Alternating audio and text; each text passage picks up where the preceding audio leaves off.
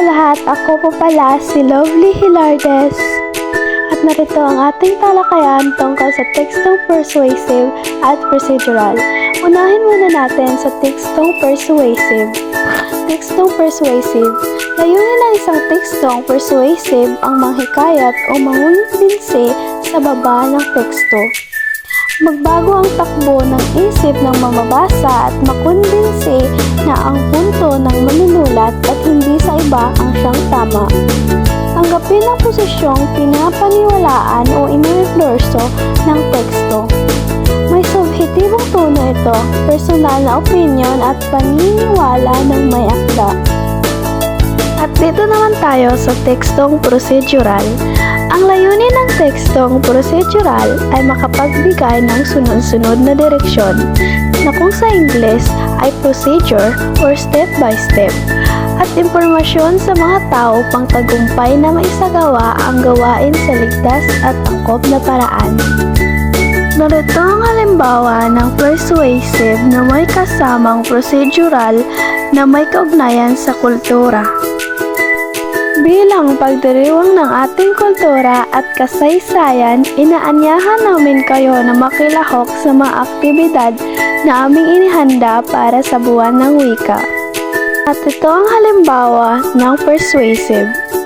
Dahil sila ay nag-aanyaya para ang tao ay makilahok sa kanilang ginawang aktibidad na inihanda para sa buwan ng wika bilang pagdiriwang ng ating kultura at kasanayan. At narito naman ang bahagi ng tekstong procedural. Mga hakbang sa paglahok. Una, magparehistro sa aming opisina bago ang petsa ng pagdiriwang. Pangalawa, pumili ng isang aktibidad na gusto mong salinan, katulad ng tula, awit, sayaw, at iba pa.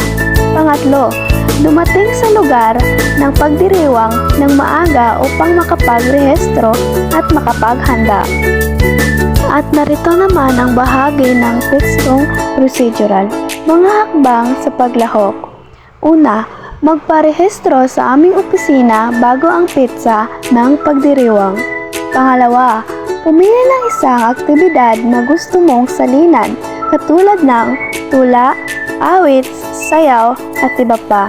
Pangatlo, dumating sa lugar ng pagdiriwang ng maaga upang makapagrehistro at makapaghanda.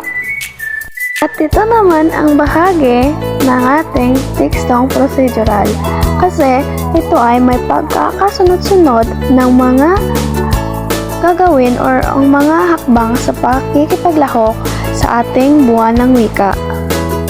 At malinaw na ang mga hakbang dahil sa procedural.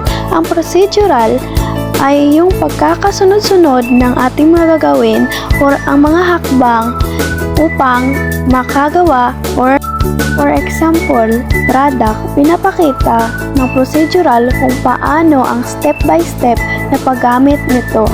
Halimbawa, shampoo. Una-una, maglagay ka muna ng tubig sa iyong buhok. At pangalawa, doon muna ilagay ang shampoo. At pagkatapos, muna yon banlawan. At yun lang. Sa halimbawa ko kanina, ang paksa ay tungkol sa pagdiriwang ng buwan ng wika na may kaugnayan sa kultura at wika ng Pilipinas. May dalawang bahagi ang tekstong iyon. Persuasive, paghikayat sa mga tao na makilahok.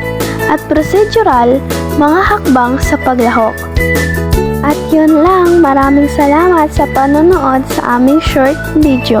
At kami pala ang pangalawang pangkat.